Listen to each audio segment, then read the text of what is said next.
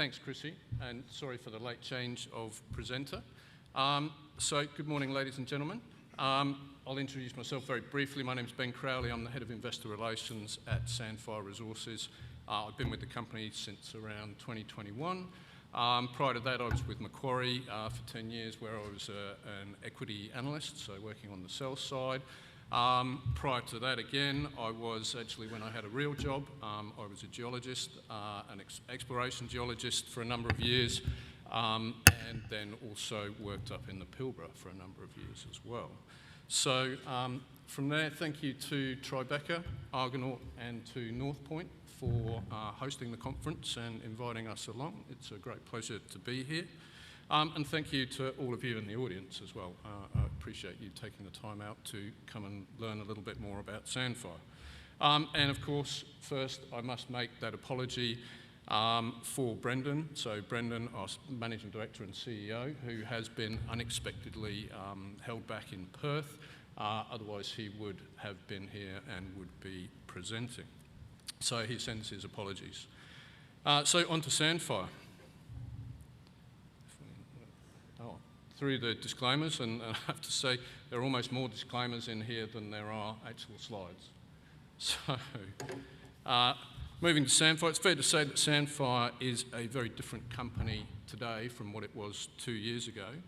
And to draw out Chrissy's point around DeGrussa, it was a company that was founded on the exploration success of the discovery of the DeGrussa ore bodies. And the very successful 10 years or so of mining that we had at DeGrussa. Phenomenal asset, underground, VMS-style mineralisation, primarily copper with some gold in there as well, but a very successful mine, generated a lot of cash. The company spent a long time trying to recreate that success and find another DeGrussa. Sadly, we weren't able to achieve that, and DeGrussa has now transitioned into, well, to care and maintenance and now into closure and rehabilitation. But needless to say, DeGrussa provided really the springboard, if you like, for us to begin what we call our transformation into a global business. So we remain headquartered in Perth with a relatively small team there, around about 100 professionals that serve as the core of the business, if you like, set the standards that are expected across the business and expected to be core and common. But then really we run a very sort of what the text would call an architect model, where we give the assets a high level of accountability for delivering on our targets. So moving from there over to Spain, southern Spain, we acquired the Matsa asset there, a producing asset, bought off Trafigura back in 2021. We completed the transaction in 2021. It's a very modern, or really the most modern processing hub, we believe, in the Iberian Pyrite Belt, which again is one of the world's preeminent VMS systems on the planet. And we're currently producing around 100,000 tonnes of copper equivalent there, so that's roughly 50 to 60,000 tonnes of copper, along with another 100 to 110,000 tonnes of zinc, and a little bit of lead and some silver to go with that as well. Now, we're currently running at a record 4.6 million tonne throughput rate there. We have 3 underground mines with that one central processing facility.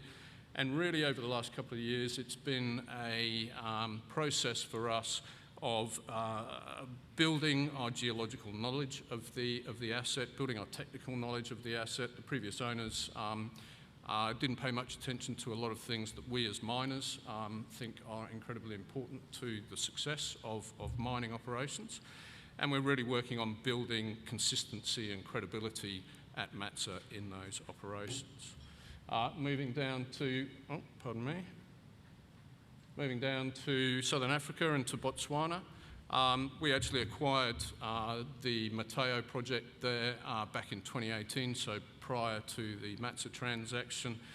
We acquired an exploration company called MOD, which had made a discovery at the T3 deposit.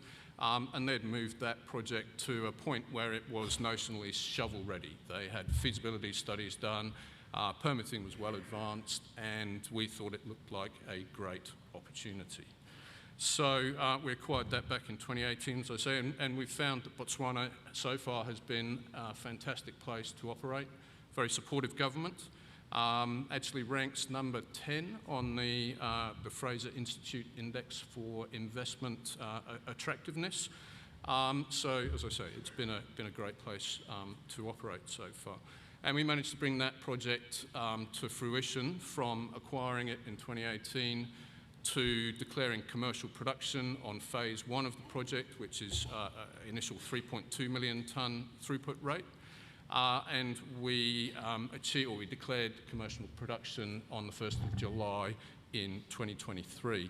So unfortunately not going to do too much to change Scott's 16 years of project delivery, but we think we've done rather well there. And as I'll talk about in a little bit, well, maybe Matsa has also delivered new ore bodies in a very short period of time. The Magdalena deposit there, which is one of the 3 mines, was discovered in 2015 and was in production in 2018. So it can be done, albeit on a relatively small scale, and I think probably talks very much to jurisdiction and the importance of jurisdiction and being in the right place with, as I've said, supportive governments, with permitting processes that can be navigated.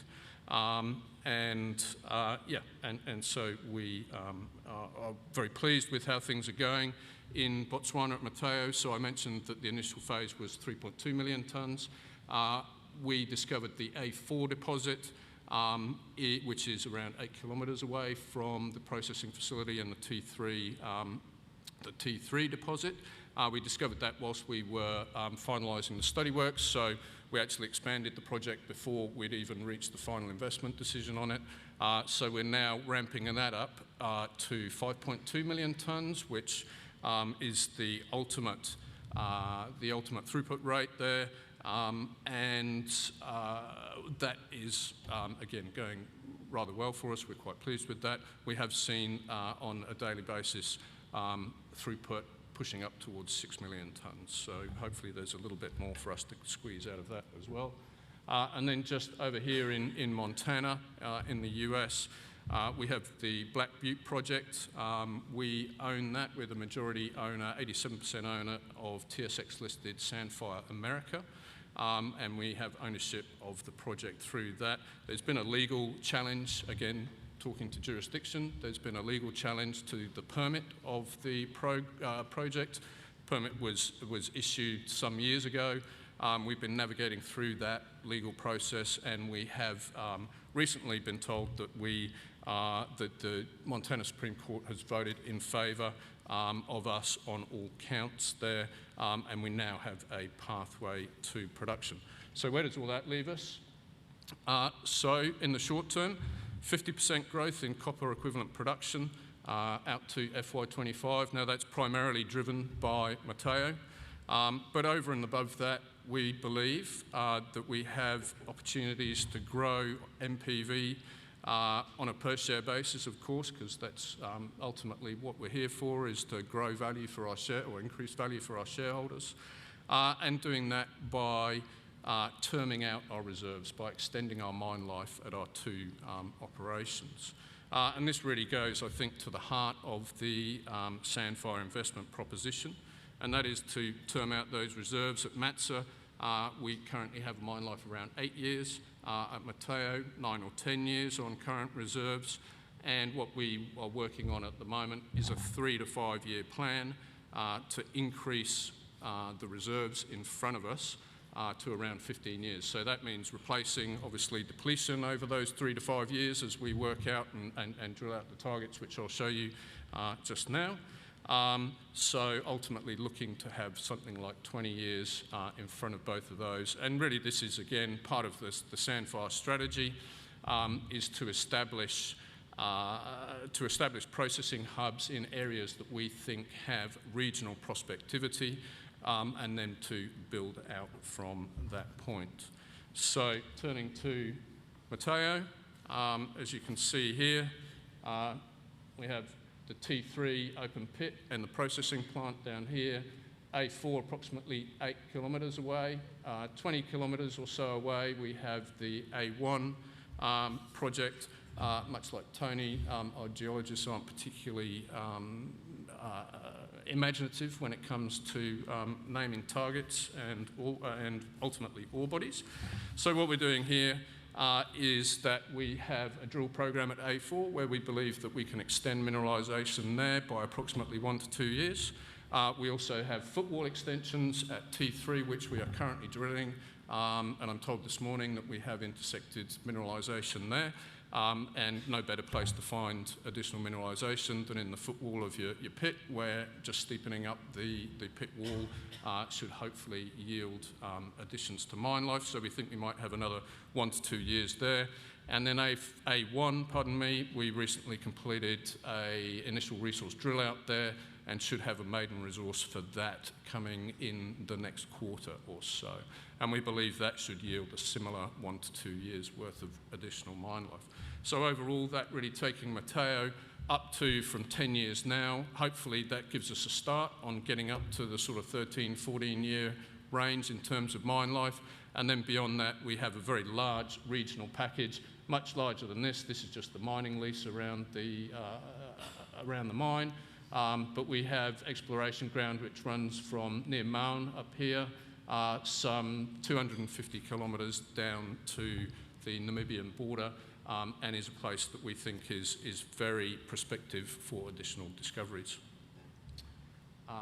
Turning to Matsa, really here it's about a change in view, a change in maybe perspective is a better way of putting it, and taking a longer term view really based around the well-known longevity of the Iberian Pyrite Belt, and that's in contrast to the previous owner that had a much shorter term view and really operated the asset for the benefit of their downstream business.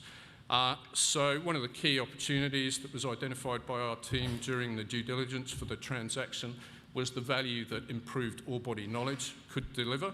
And the team over the last 2 years have been working on that, and we've seen some very early success. There's still an awful lot more work to be done, but we've certainly seen some early success, and if you like, what we like to think of as proof of concept in their reinterpretation. So the guys and girls went back, relogged, reinterpreted, and extracted a lot of additional information, metallurgical information, lithological information from the core library, and turned that into a holistic reinterpretation of the mineralised system. And that yielded, as I say, very early success. We discovered this at plan view here at San Pedro. This is the Aguas Tenidas mine, all the underground infrastructure there. And some 100 to 150 metres away, the guys discovered the San Pedro zone. We currently have mineralisation there defined over around 700 metres of strike, with another 1.8 kilometres of strike to go. So overall, we think that represents maybe a 15 to 20 million tonne opportunity, which Matsa producing at, let's call it, 5 million tonnes a year or thereabouts, obviously starts to build on that thematic of pushing out our reserve life. Then at Olivo, this is at Magdalena, the other of the two northern mines.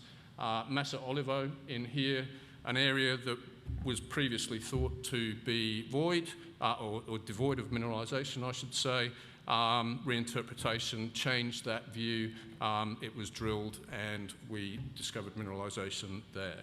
And so the key target for us, in addition to the strike length here at San Pedro, is this large EM plate that we generated off a downhole survey done off this hole here.